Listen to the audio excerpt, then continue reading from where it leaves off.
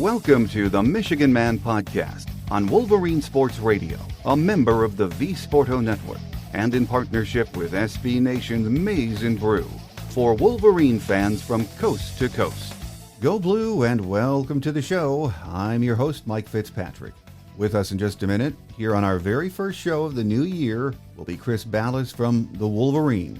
First, let's get started with a few news and notes. The hot topic as of Tuesday night was the news that Jim Harbaugh might be open to considering a jump back to the NFL. Bruce Feldman from The Athletic and Adam Schefter from ESPN both reported the story, and they don't make things up. Where there is smoke, there is fire. Other than last year, we've heard these rumblings in the offseason since Jim came back. We shall wait and see this time. By now, I hope we've processed the fact that Michigan lost in the Orange Bowl to a vastly superior Georgia team. That in no way diminishes the season we had. There are times you run into a buzzsaw in the postseason, and in our first college football playoff appearance, we certainly did just that. My guest today says Georgia and Alabama, between them, have over 40% of the five stars playing college football today. They are more like semi-pro teams. Everyone else is just playing college football. Still, he says this season has changed the trajectory of Michigan football if Jim stays. Up next on our Game Day segment is Chris Balas from the Wolverine. So stay with us.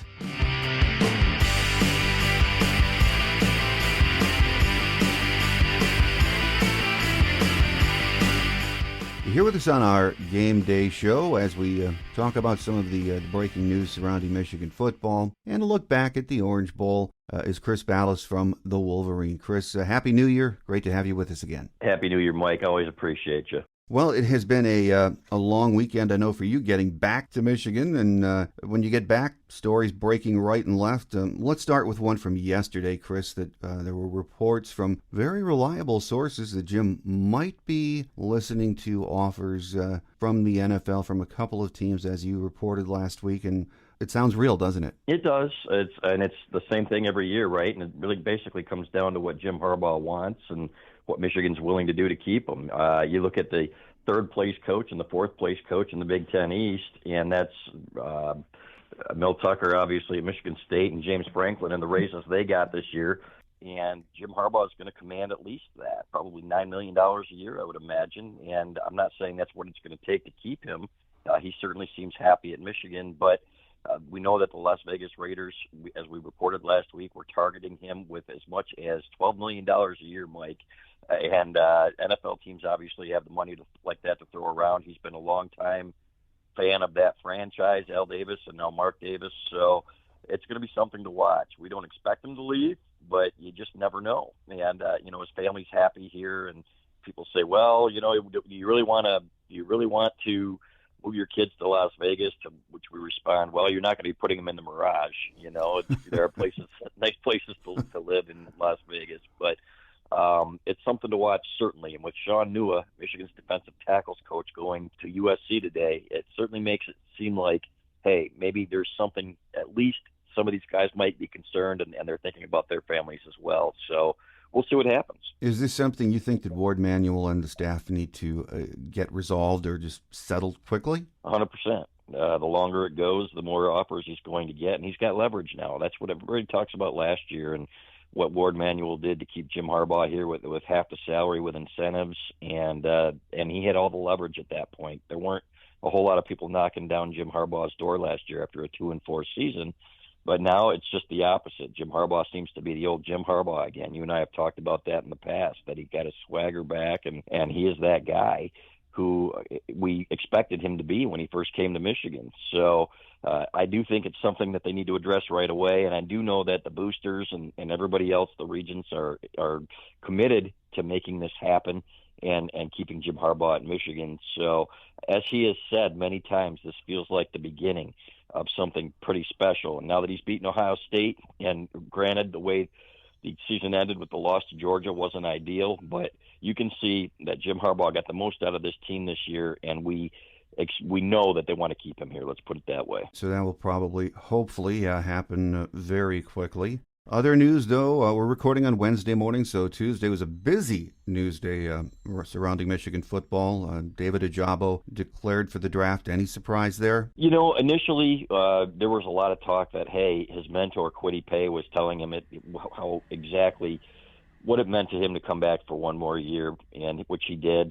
Became a first-round pick, and Michigan's defensive end went to the NFL, obviously, with the Indianapolis Colts, and he was talking to Ojabo, and Ojabo was kind of looking for reasons to stay. But when you're going to be a first-round pick, and you almost have to take the money these days. I understand about insurance policies and everything else, but David Ojabo, because he's from overseas, is not privy to the NIL money, the name, image, and likeness money that some of his teammates get.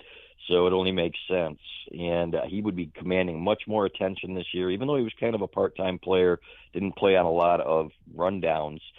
That's something that he probably would have tried to improve upon this year. He was an elite pass rusher, and that's what the NFL was looking for. So we expect he'll be a late first-round pick. I think he's probably slid a little bit. I don't think he's going to be a top 10 or a top 15 pick, but he understands the shelf life of a football player is pretty short. We kind of expected him to go. We said that a couple of weeks ago that he was leaning that way, so really not much of a surprise at all. What about Dax Hill or any others that you're hearing about? Yeah, Dax is one of those guys that seems to be leaning that way as well. But that's not a surprise either. He didn't have a great game in the Orange Bowl. In fact, was a game-time decision for undisclosed reasons right up until the game. But he's another one that seems to have his eye on it. I think he'll probably be graduated, to be honest with you, by the time because he is officially a junior and he's been taking extra classes. So he's one of those guys that's very serious about his education. So that's something, even if he leaves a little bit early, he will have graduated or will graduate shortly after that. So we expect him to go as well. Eric All was a guy at Titan who was leaning towards leaving at one point, but announced after the game that he was probably going to come back, which is great news for Michigan. He had an outstanding year and started to live up to his lofty potential. So that's good news for the Wolverines. Well, a lot of these stories, the Jim Harbaugh story, any other players leaving, Sean Nua, all of those will be developing within the next day or two. So until we know exactly what's happening there, let's just turn our attention back to the Orange Bowl and that game and get your thoughts, Chris. Last week I had Georgia's radio play-by-play voice, Scott Howard, on the show as we were previewing the game. And he told me this defense that Georgia has is a once-in-a-generation unit. In his almost 30 years behind the microphone, he said he had never seen a defense there this good. They made a believer out of me. How about you, Chris? Yeah, he wasn't lying, was he? No, it was unbelievable. That front seven, and in fact, On Three, who we work with now, said that they had an article written that they had a coach from the SEC, an anonymous coach, saying that they had never seen a better front seven in their 30 years or whatever it was coaching, and we can see why. Their linebackers run like defensive backs, their linemen run like linebackers, and I could tell early on in that game that Michigan was overmatched in the trenches, and you can't win if you are grossly overmatched in the trenches, and they were on both sides of the ball. Michigan's offensive line had a great year, but they had no answers for that defensive front. Those guys were pushing them around. There was one play on which Michigan center Andrew Vistardis pulled and just got knocked backwards in his tracks, and you're thinking, oh boy, they're in trouble, especially when you've got a linebacker like Nakobe Dean who can chase things down from sideline to sideline. And Michigan just didn't have a speed or strength advantage at any position. Now, you can talk until you're blue in the face about out-scheming people and game planning and everything. And, there's that old adage that everybody's got a plan until they get punched in the mouth, right? I think it was Mike Tyson who said that, and probably others as well. But and that's basically what it came down to. You could have played J.J. McCarthy a little bit earlier, and he was running for his life half the game as Michigan's backup quarterback, too. He had some nice throws in the second half. Basically, though, Georgia had taken its foot off the gas, and they did everything they needed to do in the first half to win that game. I would think that if they played that game 10 times out of 10, 9 out of 10, Georgia would win, and it would take Michigan's best effort and Georgia's worst for Michigan to win that game. So Georgia was on a mission. It doesn't really detract from the year that Michigan had, but Georgia, with Stetson Bennett at quarterback, who was kind of maligned like Michigan's Cade McNamara, looked like an all-SEC guy, frankly looked like an All-American out there, the way he played. and had plenty of time to throw, and that certainly helps. So they had a great game plan to neutralize Michigan's defensive ends, Hutchinson and David Ojabo, and that was really the end of it for Michigan. In the aftermath of the game, Chris, I kept hearing from, a lot of our fans, and they're saying, well, if we would have done this or would have done that in the first quarter, we wouldn't have dug such a hole for ourselves, and, I disagree with that. I think the bottom line is, as you just sort of summed it up, is we ran into a team that is just much more talented than we are, and I don't think schematically there was really anything Jim and staff could do. I'm sure they thought of every situation and every scheme that they could pull. It just wouldn't have changed the outcome, would it? No, and the disappointing part is they didn't play well, right? They had a couple of balls that they lost in the lights, and interceptions, and then a fumble by Blake Corum. They turned the ball over, something they hadn't been doing all year, and give Georgia credit, they had something to do with that as well. But, the blocking wasn't crisp. The tackling, you can say what you want. Boy, there was a play on which Brad Hawkins went to tackle the tight end who looked like he was about 290 pounds and ran a 4.5 40, where it looked like he would hit a brick wall. And you're thinking, my God, it's men against boys. And that's exactly what it was. Alabama and Georgia, we can talk about the SEC versus the Big Ten, but at the top of the SEC, that's where the best football is played. That's where the best football is going to continue to be played. Those guys looked like a semi-pro team, and it's going to look like a semi-pro game on Monday night when they play for the championship. Those teams are just that much better than everybody else this year, and they might play to the level of their competition at times, but when it comes down to it, those are the most talented teams in the country. I think I read an article that said 40% of the 5 stars from the last 2 or 3 years are on those 2 rosters, which is insane, but it explains a lot. And Michigan's got a long way to go. I think, again, that Jim got everything he could out of this roster this year, beat Ohio State, which was obviously critical, but that had to happen at some point, and finally got over that hump and won the Big Ten. So that's going to be the goal this every year going forward. It's going to be tough because Ohio State's not going anywhere either. They showed some vulnerability on defense this year, but their offense is elite. But it certainly does feel like the beginning, if Jim Harbaugh sticks around, as we still expect him to, that this program seems to be on solid footing going forward. Well, another thing that I heard from some of our fans after the game was the way we lost somewhat diminishes the season, and I completely disagree with that. Again, we just have to face the fact we played a far superior team and just get ready for next year, don't we? Yeah, exactly. And I think they're going to finish 3rd in the country, most likely, and really that's the ceiling for this year if you look at those other 2 teams. So they did everything they could this year. Got a couple bad calls against Michigan State, or they could have very well been the number 1 seed, at which point they would probably have lost in the championship game, if we're being honest. But what they did this year was fantastic. I think they were the first unranked team to go to the playoff, which is outstanding, and to win the Big Ten, a solid Big Ten, and come back from that Michigan State team, that Michigan State game, Mike, to really refocus and be able to put that behind them, come back and win at Penn State like they did. Look at the games they won this year on the road at Wisconsin, dominated at Penn State. This was a tough schedule. Remember going in, one of the top 5 schedules in the country, and what they were able to navigate and finish 12-2 is fantastic. As Jim Harbaugh said, one of the best seasons in Michigan football history. Not a national champion, but a Big Ten champion.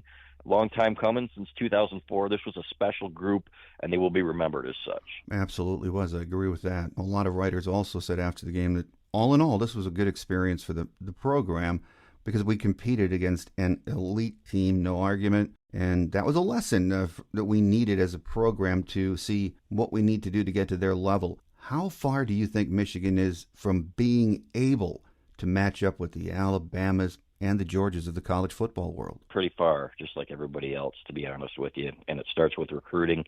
I'm not trying to be Debbie Downer here, but you could see it in the bodies. And I remember in 2013 when Alabama took the field against Notre Dame, and a writer wrote, he said, I could tell that game, which way that game was going just by looking at their bodies coming onto the field. And we could see it in the coin toss when Georgia was playing Michigan. And when they took the field, we're like, holy cow, this is a different animal. And you're going to be able to win those games once in a while, but consistently compete with that when they're hoarding all the elite talent, and a lot of it's on the interior lines. Let's be honest. When you get those guys that are 380 pounds, I think it was Jordan Davis who ran down Blake Corum from behind, even though Corum was dancing a little bit. But 380-pound guy, getting your running back from behind there and the way he moves, that's a different animal, and they've got him at every position. Yeah. Michigan's best players, Michigan had a few guys, the Dax Hills and Aiden Hutchinsons, who could match up, but at every other position, Georgia was simply better. And it's going to be tough. There are going to be years like 1997 when you had 25 guys who started a game on that team who played in the NFL, where maybe you match up like that, and some of it's you identify some guys in recruiting that might not have been 5 stars but ended up playing like it, where it all comes together and you'll be able to compete. But on a consistent level, Michigan, I don't know that Michigan will ever get to that level, to be honest with you. They operate differently. You've got guys that take academics seriously, and it's tougher to get some of the kids into school. It's just a fact. Mm-hmm. It just is what it is, and people will criticize me for saying that, but they operate differently than the football factories, and that's going to make it tough for them. No, absolutely. I tell people that ask me that, can we catch up with them as far as from a recruiting standpoint? And I'll say, really, college football, if you look at it realistically, if you're being honest, is the most unlevel of playing fields. It's not the NFL where you draft your players. All schools are different, have different academic requirements. It's very difficult to overcome and compete with them on a yearly basis. It is. And you look at some of these guys at LSU and Ohio State talking about how they never leave the football building. They take some of their classes right there online, and it's football 90% of the day, at some of these outlets, and it's tough. It really is. It's a different animal. These are football factories, and we're not saying, they're doing anything illegal or anything like that, although I'm sure some of these places are. But what we're saying is that they take it I'm not going to say they take it more seriously, but they handle their business differently, and it is tough to compete with that. And again, you could see it on the field, the preparation, and that's not to take anything away from Georgia's coaching staff, which had a great game plan, and you can tell how well coached they are. Same with Alabama. These are the attention to detail in these programs is unbelievable, and that's not to take anything away from Jim Harbaugh and Michigan either. But it seems like the rest of the country is playing college football, and programs like Alabama and Georgia are like semi-pro teams, and Ohio State to that extent as well. You're going to have 3 or 4 teams, Clemson too, that are always going to be there. Clemson had a down year, but the other ones are always going to be battling, in my opinion, to catch up. And that's one of the reasons, in my opinion, that you need to expand the playoff and at least give these other programs a chance to taste it, the postseason like that, because those other ones aren't going away. It's going to be top-heavy for a long, long time, in my opinion. Well, in August, no one outside of the coaching staff and the players thought, Michigan would end up where we did. The majority of preseason magazines, when we look back, had Michigan at 7-5 or 8-4, some even 500. In the years to come, I think this team is going to be remembered proudly, and it should, by Michigan fans as one of the all-time greats. Wouldn't you agree with that? I would, and it's a disappointment to go out the way they did. But again, I can go back to 1991, that elite team with Desmond Howard as the Heisman Trophy winner, and they had lost one game to Florida State. Got trounced in the Rose Bowl by a better Washington team. That Michigan team wasn't probably as prepared as it should have been. Came back the next year with a vengeance, but with its seniors, they were in better shape and beat Washington. But that was an elite team, an outstanding team, and one of the better ones in Michigan history. It happens. Sometimes you run into a buzzsaw. But what they accomplished, I had them at 7-5, Mike, and I think most of my colleagues did too, and thinking they would probably finish 4th in the Big Ten East or 3rd. And so Jim Harbaugh bet on himself. That's what he said he was going to do when he got his restructured contract, and we see now how it paid off for him. I think it motivated him, and you had a group of seniors that had just had enough, led by Aiden Hutchinson. I think that and that special group, Hassan Haskins, these guys are going to be remembered as the group that finally got Michigan back to be in Michigan again. 2004 since a Big Ten championship, ridiculous at a place like Michigan. And these guys were the ones who did it. Aiden Hutchinson will go down as a Michigan legend, in my opinion, for what he accomplished. Number 2 in the Heisman Trophy voting. He'll probably be the number 1 or number 2 overall pick in the NFL draft. But more than that, what the outstanding leader he was in helping change this program and get it back to the culture that it needs. As we mentioned at the top of the show, a lot of news should be forthcoming in the next couple of days. So Stay tuned, everyone. Just one last question for you, Chris. It's not football. It's about basketball. After watching Michigan-Rutgers last night, what do you think's up with Michigan basketball? Yes, they had 5 players out, but still 7-6 at this point. Yeah, the starters were down 14-6 or something with 4.5 minutes into the game. They don't know how to defend, and there's something going on. There's just no synergy.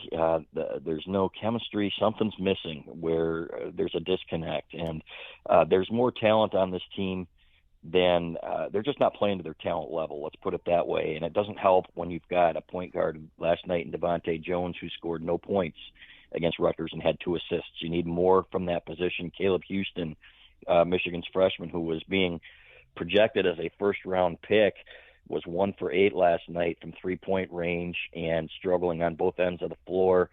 Something's missing, and the offense is clunky, but the defense is even worse. They gave up 45 points or 48 points, I think, in the last 15 minutes of a loss to UCF, and that's just not going to cut it. So Juwan Howard has his work cut out for him. There's no question about it. Just to get this team to make the tournament. At one point, they were number 4 in the country, and people thought they were loaded with talent and might even be better than last year, but they're struggling right now. And the biggest concern I have, Mike, is that they don't seem to be improving. They seem to be making the same mistakes. One game, it's turnovers. The next game, it's lack of defense, but they're not really playing good team defense.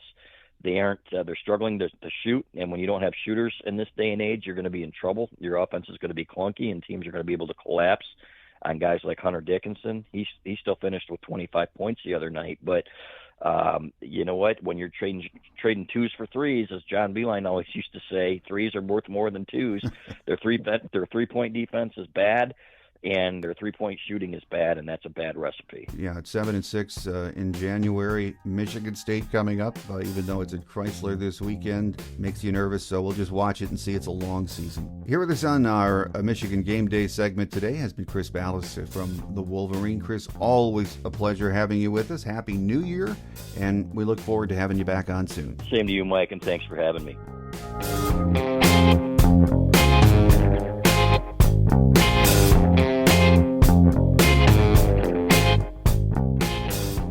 On Quick Hits today, Chris and I have a feeling that whatever happens with the Jim Harbaugh situation will happen in the next couple of days, maybe in the next 24 hours. Rest assured, Ward Manuel has known for quite some time this could happen and has a plan in place to keep Jim right here. Now, that doesn't mean Jim won't jump to the NFL, but as Chris said, the Board of Regents and the athletic department will do everything they can to keep Jim right here. Basketball had 4 players score in double figures, but took a 75-67 loss to Rutgers on Tuesday night at Jersey Mike's Arena in the first contest of the new year, and we had problems on both the offensive and defensive side of the ball. It is apparent that Juwan Howard has a lot of work to do. We will return to Chrysler Center on Saturday and host Michigan State at 2:30 p.m. The game will be broadcast live on Fox. We are 7-6 overall, 1-2 in Big Ten play. The number 8 ranked Michigan women's basketball team fell in an early hole and could not recover, dropping a 79-58 contest to Nebraska on Tuesday night at Pinnacle Bank Arena. Michigan had 4 players in double figures in Emily Kaiser with 13, Maddie Nolan 11, Naz Hillman 10, and Leah Brown 10, but could not get over shooting just 36.7%, 22 for 60 from the field. Nebraska shot 51.7%, 30 of 58, and held a 42-34 advantage on the boards. We are back in action Sunday hosting Rutgers at Chrysler Center. Tip is set for 2 p.m. We are 12-3 overall, 3-1 in Big Ten action. An entertaining holiday matchup failed to deliver a winner as the 3rd-ranked University of Michigan hockey team tied the 18th-ranked Michigan Tech Huskies in a scoreless game on Wednesday night at Yost. Wednesday's contest goes down as the program's first scoreless tie in over 67 years, with the last coming in February 1954 on the road against Michigan State. Michigan's run of non-conference opponents will continue this weekend when the Wolverines return to the ice at Yost on Saturday and Sunday against the defending national champions, UMass. Puck drops for the weekend series against the Minutemen of Hockey East are set for 5 p.m. on Saturday and 4 p.m. on Sunday. Michigan is 14-6-1 overall this year. It is going to be a busy week on the Michigan sports scene, and I'm sure the Jim Harbaugh situation will be the story to watch, so stay tuned. That will do it for now. I'm your host, Mike Fitzpatrick. Have a great Wolverine week, everyone. Until we meet again next week, take care, and as always, go blue. Thanks for joining us today on The Michigan Man, here on Wolverine Sports Radio, a member of the V Sporto Network, and in partnership with SB Nation's Maize and Brew. Our listener lines are open 24/7 for your calls at 313-263-4842. That's 313-263-4842. Or email us at themichiganmanpodcast@yahoo.com. That's themichiganmanpodcast@yahoo.com. The Michigan Man Podcast is produced at the studios of Robin Lynn Productions, Allen Park, Michigan, and is not affiliated with the University of Michigan. Go Blue!